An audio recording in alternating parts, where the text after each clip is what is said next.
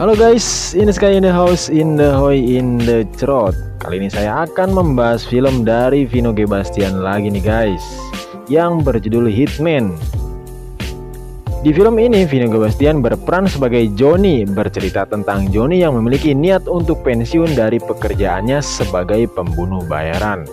Tapi untuk bisa pensiun ternyata tidak semudah yang dibayangkan, karena dia harus menyelesaikan misi terakhir yang jauh lebih menantang. Apakah si Johnny mampu menyelesaikan tugasnya itu dengan baik? Tak usah banyak cincau lagi, langsung saja kita ke alur ceritanya, cek di cerot.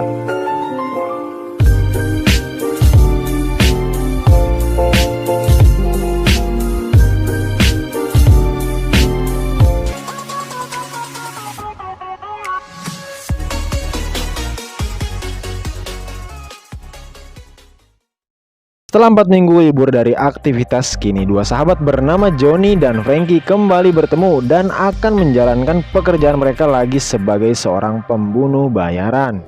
Beli rokok pakai tai. Udah berita buat lu.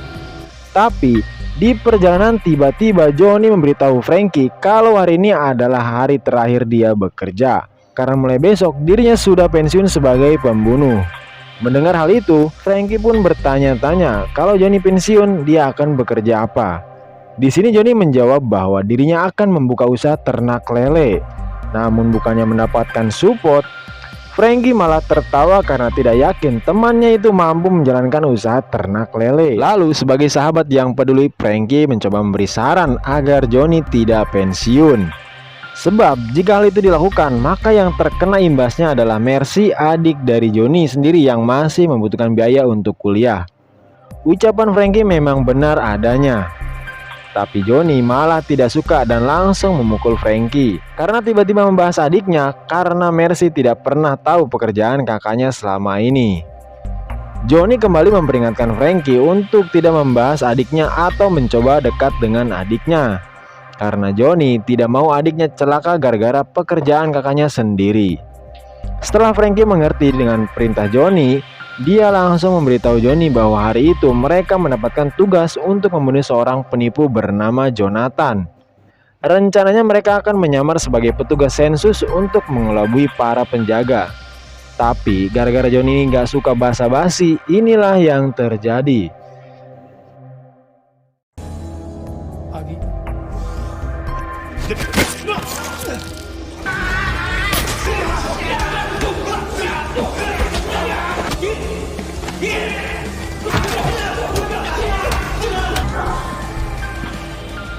Selesai menghabisi seluruh penjaga di rumah itu, Johnny dan Frankie langsung menuju ke kamar utama, di mana ada seorang pria gendut yang sedang tidur setelah lelah perang ranjang bersama kekasihnya. Waduh. Sepati rupanya.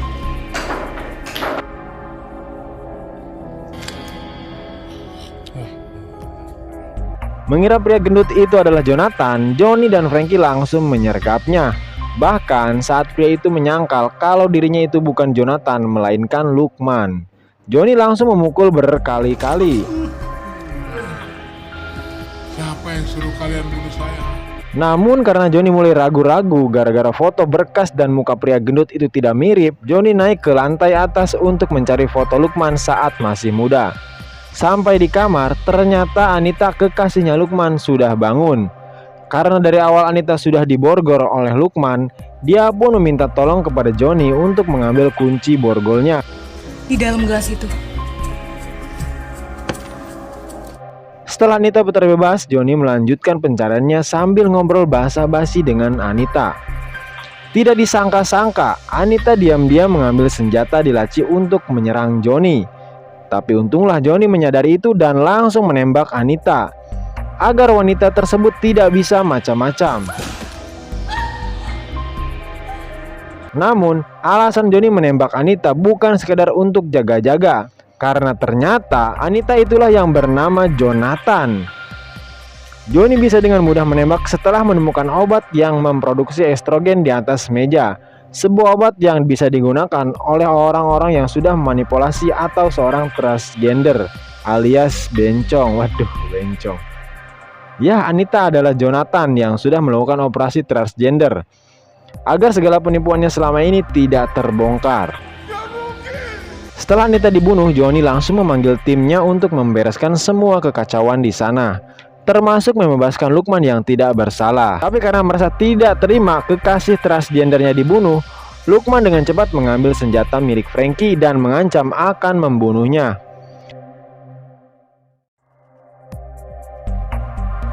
Untunglah Johnny bertindak cepat agar sahabatnya selamat. Dia tidak segan-segan membunuh Lukman walaupun tidak masuk dalam daftar targetnya hari itu.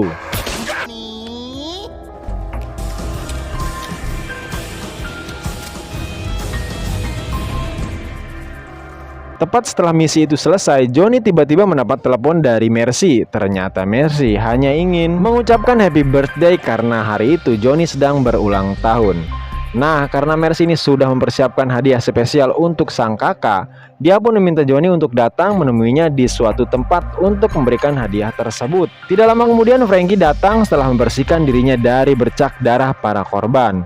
Tapi karena Franky memakai pakaian milik Lukman, Johnny pun langsung menyinggungnya. Karena di baju itu tertulis nama anak dari Lukman. Dan suatu hari, kalau sang anak melihat Franky memakai pakaian bapaknya, apa yang akan mereka lakukan?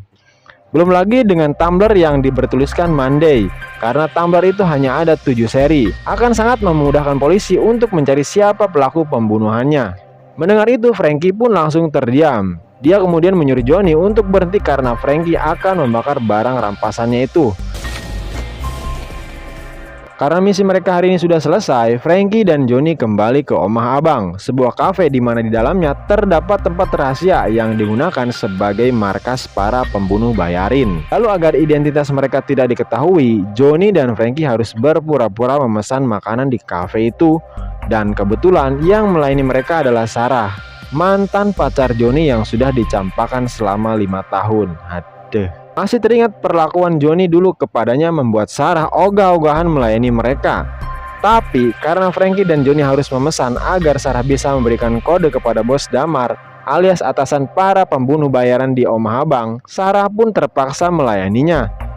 Sambil menunggu kode itu sampai kepada bos Damar, Johnny yang terus-terusan disindir karena dulu telah meninggalkan Sarah, begitu saja langsung menyusul untuk mengucapkan maaf. Di sana Johnny kembali mengucapkan kata maaf yang sebenarnya sudah dilontarkan beberapa kali. Tapi gara-gara kesalahan Johnny dulu sangatlah fatal dengan meninggalkan Sarah hanya dengan alasan tidak ingin Sarah celaka karena pekerjaannya. Sarah pun tidak mudah menerima permintaan maaf itu dan meninggalkan Johnny begitu saja. Setelah menunggu cukup lama, akhirnya Johnny dan Franky bertemu dengan Damar. Dan tidak basa-basi, Johnny langsung beritahu Damar bahwa dirinya ingin pensiun. Kita satu inilah bos, sibuk cari wangsit dia. Saya mau pensiun dini. Tentu saja Damar kaget, apalagi ketika Franky tiba-tiba memiliki niat yang sama gara-gara dia tidak bisa bekerja sendirian. Awalnya Damar agak kecewa sih karena anak buah terbaiknya ingin pensiun. Namun karena Damar tidak bisa berbuat apa-apa untuk menahan mereka, dia pun menyetujuinya. Tapi dengan syarat Johnny dan Franky harus menyelesaikan 3 tugas terakhir darinya di hari itu juga dengan sangat sempurna. Kalian kerjakan 3 job terakhir dari saya. Oke bos. Johnny dan Franky pun setuju dengan tawaran tersebut. Mereka lalu pamit dan kembali ke kafe untuk melanjutkan makan siang. Tapi baru sesuap sendok mie goreng masuk ke mulut, anak buah Damar yang lain yaitu Manuel datang menghampiri mereka. Ternyata kedatangan Manuel hanya untuk pamer karena kini Manuel berada di posisi pertama sebagai pembunuh bayaran paling baik di Omah Abang. Selain itu, Manuel juga merendah-rendahkan Johnny sampai Franky naik pitam. Tapi karena Johnny tidak mau ada keributan di kafe itu, apalagi keributan tersebut tidak mendatangkan uang baginya, Johnny langsung menahan Franky dan malah memberikan selamat kepada Manuel hingga membuat pria itu semakin sombong. Old school. Saya mau sebelum kita pensiun kita pecahkan dulu kepalanya. Selesai makan siang, Johnny dan Franky langsung OTW ke lokasi pertama. Nah, di tengah-tengah perjalanan mereka, Franky mendapat telepon dari seorang wanita yang tak lain adalah Mercy. Ternyata cuy, selama ini mereka sudah menjalin backstreet gara-gara takut Johnny tahu. Namun di hari itu tiba-tiba saja Mercy berniat memberitahu Johnny karena ingin tahu Frankie ini serius dengannya atau tidak. Awalnya Frankie menolak dengan alasan dia takut Johnny akan marah besar kepadanya. Tapi sayangnya Mercy tidak menerima penolakan itu dan apapun yang terjadi nantinya Mercy akan tetap mengungkap semuanya. Pokoknya aku capek ya backstreet kayak gini. Hari ini pas kasih surprise ke dia, mau barengan atau enggak bebas. Jangan hari ini. Nanti santai ya, relax. Setelah telepon itu tutup, secara tiba-tiba Johnny mules-mules hingga harus berhenti di toilet umum. Di sini Johnny langsung tahu kalau sakit perutnya itu pasti ulah si Sarah yang sudah menaruh sesuatu di makanannya tadi siang. Namun saat ditelepon untuk dimintai penjelasan secara langsung, Sarah malah menyuruh Johnny yang harus meminta maaf kepadanya. Karena mulesnya nggak berhenti-berhenti, Johnny langsung beritahu Frankie bahwa semua ini ulahnya Sarah. Tapi bukannya menjelek-jelekan Sarah, Johnny malah berkata kalau dia masih mencintai wanita itu. Wanita tangguh dan pintar yang tidak pernah Johnny temukan pada wanita lainnya.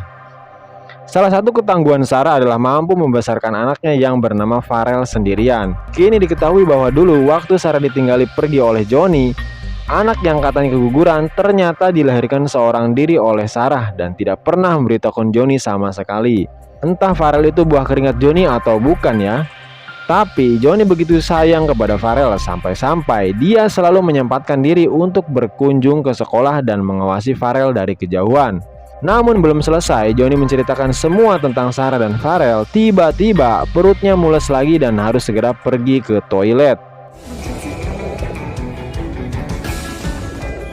Tak lama setelah itu, tiba-tiba pintu diketuk oleh seseorang yang ketika dibuka, ternyata anak itu adalah Farel. Disuruh ibu gurunya karena tahu toilet kehabisan tisu.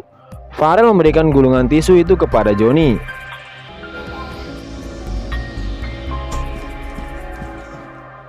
Kembali kepada pekerjaan, Johnny dan Frankie segera pergi ke lokasi target pertama, yaitu seorang gamer bernama Susilo, tidak pakai Bambang Yudhoyono. Masalahnya adalah cuma gara-gara Susilo ini mainnya toksik dan lawan Susilo yang tidak terima menyewa pembunuh bayaran karena tidak mau melihat Susilo terjun ke dunia game lagi. Walaupun alasannya sepele, tapi Johnny dan Frankie tetap memasuki rumah itu untuk mencari keberadaan Susilo. Tapi saat mereka sudah menemukannya, ternyata si Susilo ini hanya seorang anak kecil. Awalnya Johnny tidak yakin kalau target mereka anak kecil, tapi saat dia memeriksa berkas yang diberikan oleh Damar, memang benar anak kecil inilah yang harus mereka bunuh. Di sini Johnny dan Frankie pun bimbang apakah mereka harus membunuh anak itu hanya gara-gara bermain game atau tidak. Tapi karena mereka adalah pembunuh profesional, keduanya pun terpaksa akan mengeksekusi Susilo saat itu juga. Sialnya, lagi-lagi perut Johnny mules dan karena tidak bisa ditahan lagi, Johnny memilih untuk pergi ke toilet. Sedangkan Frankie tidak akan melakukan apa-apa sampai Johnny kembali. Sambil menunggu Johnny, Frankie dan Susilo pun terlibat percakapan di mana Susilo memberitahukan Frankie bahwa dirinya adalah sebatang kara karena kedua orang tuanya sudah meninggal dunia disebabkan sakit, sedangkan kakak laki-lakinya mati ditembak pembunuh bayaran 7 tahun yang lalu. Kau macam-macam dengan saya bangsat, ah?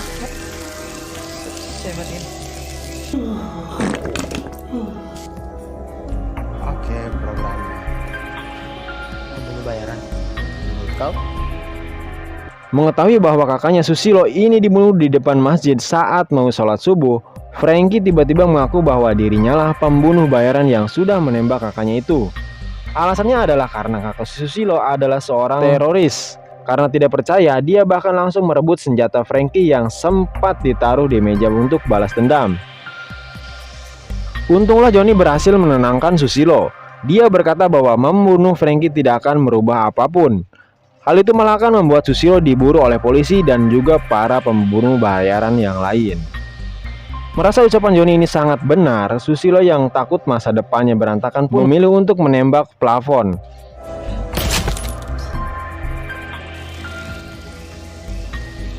Tapi kini Susilo sudah menjadi incaran seorang gara-gara main game toksis. Demi menebus kesalahannya, Frankie karena sudah membunuh kakaknya, Alhasil Johnny memberikan penawaran di mana dirinya dan Frankie akan memasukkan kematian Susilo. Dan jika Susilo ini selamat, maka dia harus pergi dari kota itu untuk mengasingkan diri. Ada tempat aman, ada tempat yang sepi. Oke. Sebelum lanjut ke misi pembunuhan yang kedua, Johnny dan Frankie pergi ke klinik pengobatan alternatif untuk menyembuhkan sakit perut Johnny. Setelah Johnny meminum obatnya, kini giliran Frankie lah yang memilih untuk totok aura agar tubuhnya segar kembali. Frankie? Nah, di saat-saat inilah Johnny akhirnya tahu kalau Frankie memiliki hubungan dengan Mercy. Ketika secara tidak sengaja Johnny melihat pesan yang dikirim Mercy kepada Frankie. Sebenarnya Johnny ingin sekali marah karena Frankie telah diam-diam menjalin hubungan dengan Mercy. Hubungan yang bisa saja mengancam nyawa Mercy karena pekerjaan mereka. Namun karena masih ada pekerjaan yang menunggu, Johnny memilih untuk menahan amarahnya dan akan mengajak Frankie berbicara setelah pekerjaan selesai. Lapar gue sekarang. Pengen makan orang.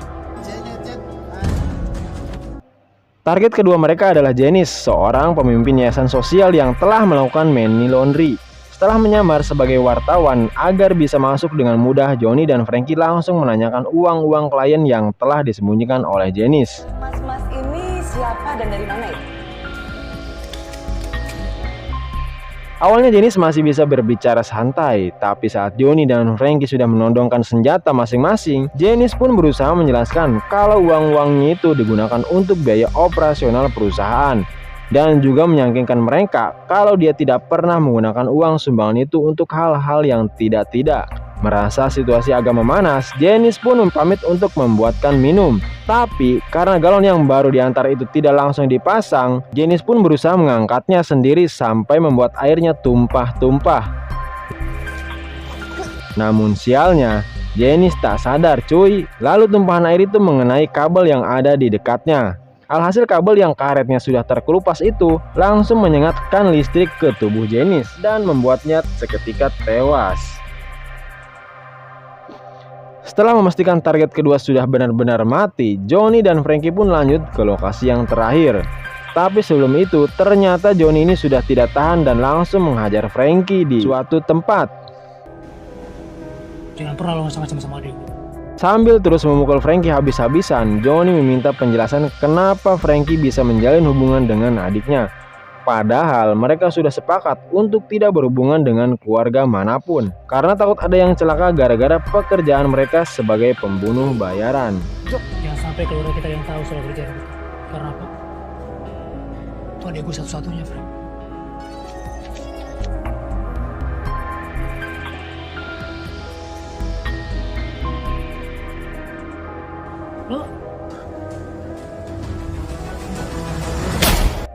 Singkat cerita, Johnny pun bertemu dengan Mercy.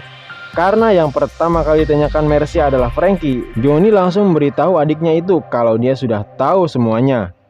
Dan demi melindungi Mercy, Johnny sengaja membunuh Frankie. Karena cintanya tulus kepada Frankie, tentu saja Mercy langsung menangis dan memarahi abangnya karena sudah tega membunuh teman sekaligus pacar adiknya sendiri. Walaupun alasannya untuk melindungi Mercy, tapi Mercy tidak bisa menerima itu. Apalagi setelah semua pengorbanan yang sudah Frankie berikan kepadanya, termasuk menghabiskan seluruh tabungan demi membuat peternakan lele yang diimpi-impikan oleh Johnny. Frankie sudah tahu kerjaan kita.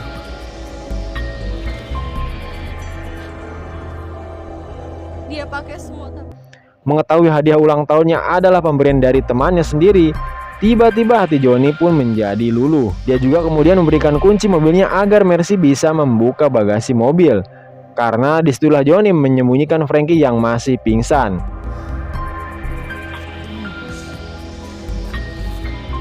Melihat ketulusan dari Frankie, Johnny akhirnya menyetujui hubungan mereka. Namun dia memberi peringatan jika Frankie berani menyakiti Mercy, maka Johnny tidak akan pernah mengampuninya. Beberapa saat setelah direstuinya hubungan Frankie dan Mercy, tiba-tiba Johnny merasakan gatal di sekujur tubuh. Karena khawatir abangnya kenapa-napa, Mercy pun langsung membawa Johnny ke rumah sakit. Dan diketahui bahwa Johnny mengalami alergi obat diare yang dia minum di klinik alternatif sebelumnya. Setelah mendengar penjelasan dari dokter, Mercy pamit untuk mengambil obat. Sedangkan Frankie memberitahu Johnny bahwa target ketiga mereka berada di rumah sakit yang sama. Dia adalah Bruno, orang yang sudah sering melakukan pencurian, pemerasan, pembunuhan, sampai pemerkosaan. dan dia dibawa ke rumah sakit untuk melakukan cek kesehatan. Dan nantinya kalau dokter menyatakan tubuh Bruno sehat, maka polisi akan langsung membawanya ke gedung belakang untuk dieksekusi mati. Terus tugas Johnny ngapain dong kalau ujung-ujungnya Bruno pasti ditembak mati oleh polisi? Tugas mereka adalah mengambil satu barang yang Bruno simpan untuk diberikan kepada bos Damar. Tapi waktu mereka tidak banyak, mereka punya waktu 10 menit sebelum Bruno dieksekusi mati. Kita cuma 10 menit.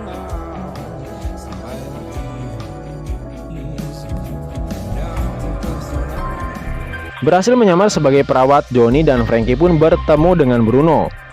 Barang yang diminta oleh Damar juga sudah diberikan oleh Bruno dari sarang burungnya. Tapi ternyata Bruno sendirilah yang sudah menyewa pembunuh bayaran untuk membunuhnya sebelum dieksekusi mati.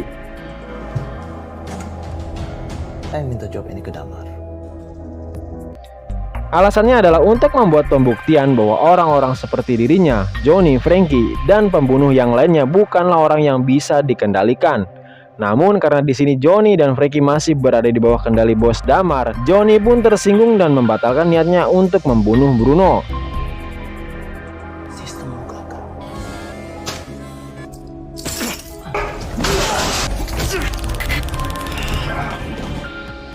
Sudah, saya bingung. Setelah 3 misi sudah diselesaikan, Johnny, Frankie, dan Mercy pergi ke rumah abang.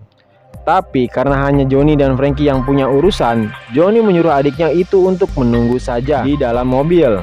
Sesampainya di dalam, Johnny berencana untuk bertemu dengan Sarah dulu. Tapi karena dia pulang lebih awal, Johnny pun meninggalkan Frankie di ruang tamu karena akan menelepon Sarah. Beberapa saat kemudian, salah seorang pramusaji menyuruh Frankie untuk menghadap bos.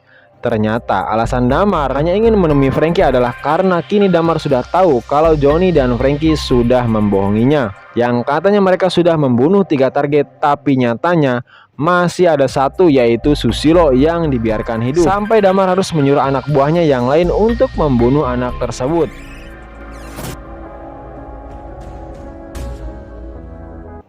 Tidak diberi kesempatan untuk menjelaskan cerita yang sebenarnya, Damar berkata ia ingin memberikan kesempatan hidup kepada Frankie, tapi dengan syarat Frankie harus membunuh Johnny, atau kalau tidak Mercy akan terbunuh. Di waktu yang sama, Johnny juga mendapat rekaman video itu dari Manuel, dan ternyata rencana penculikan ini dibuat oleh Damar dan Manuel untuk menghukum Johnny karena tidak menyelesaikan tugas terakhirnya dengan baik. Frustasi adiknya telah diculik, Johnny langsung mengajak Frankie untuk menuju ke lokasi yang ditentukan oleh Manuel. Nah, di saat Johnny ini sedang marah-marah kepada Frankie memberitahu kalau bukan hanya Mercy yang berada dalam bahaya, tapi Sarah dan Farel juga, di mana mereka dibuat sayembara agar para pembunuh bayaran datang membunuh mereka. Karena mengetahui permainan Manuel seperti apa, Johnny memutuskan untuk pergi ke tempat tinggal Sarah. Dan ternyata benar sudah ada beberapa pembunuh bayaran yang siap memburu Sarah demi hadiah yang diberikan oleh Damar. Lalu pertarungan sengit pun terjadi.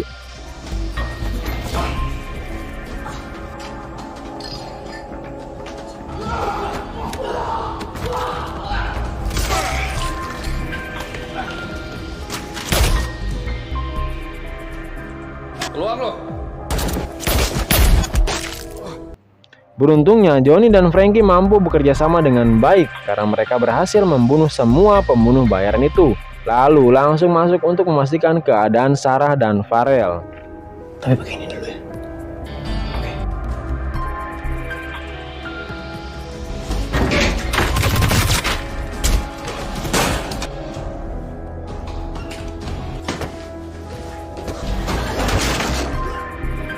Setelah memastikan keadaan Sarah dan Farel aman, Johnny keluar karena ingin mencari tempat persembunyian yang aman. Tapi tiba-tiba Manuel menelepon dan menyuruh Johnny membunuh Frankie kalau ingin adiknya selamat. Mengetahui itu, kini Johnny pun sadar kalau dirinya dan Frankie sedang diadu domba. Lalu tepat setelah telepon itu ditutup, Frankie sudah berada di belakang Johnny sambil menodongkan senjatanya. Lakuin apa yang harus lo lakuin. Saya sayang kau, John. Tapi saya lebih sayang Mercy.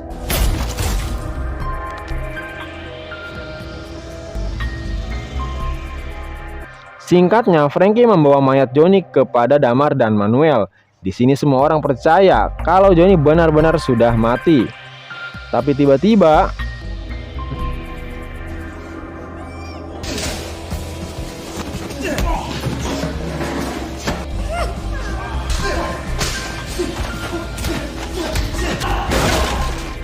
pertarungan terakhir itu pun berlangsung cukup lama. Manuel dan Johnny sama-sama berambisi untuk menang.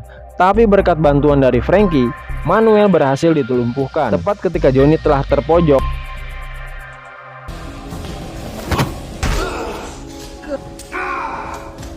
sialnya Manuel masih hidup dan langsung mengejar Johnny yang kabur keluar. Sementara itu, Frankie berhadapan dengan Damar. Karena di sini Damar sudah mengancungkan senjata ke arahnya, Frankie pun tidak bisa berbuat apa-apa. Sampai ketika Mercy menendang tangan Damar dan membuat senjata itu jatuh. Frankie pun langsung mengambil dan membunuh Damar saat itu juga.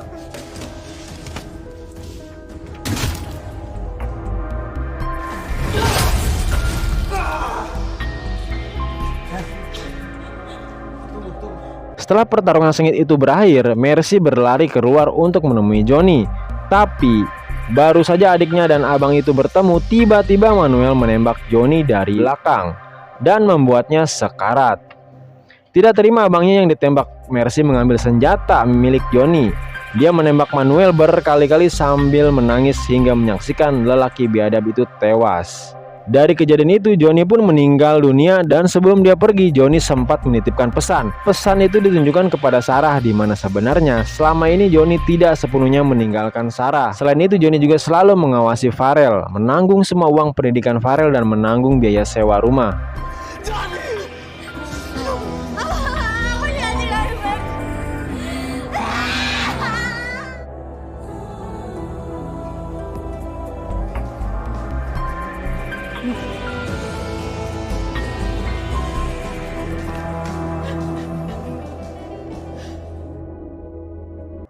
Seiring berjalannya waktu, Frankie dan Mercy membuka usahanya sendiri, yaitu sewa pembunuh bayaran.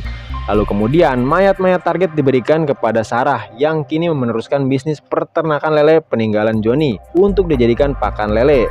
Dan film pun tamat. Ending yang sungguh menjonikan. Oke guys, terima kasih yang sudah menonton sampai akhir. Jangan lupa seperti biasa, like, comment, share, dan subrek. Trot.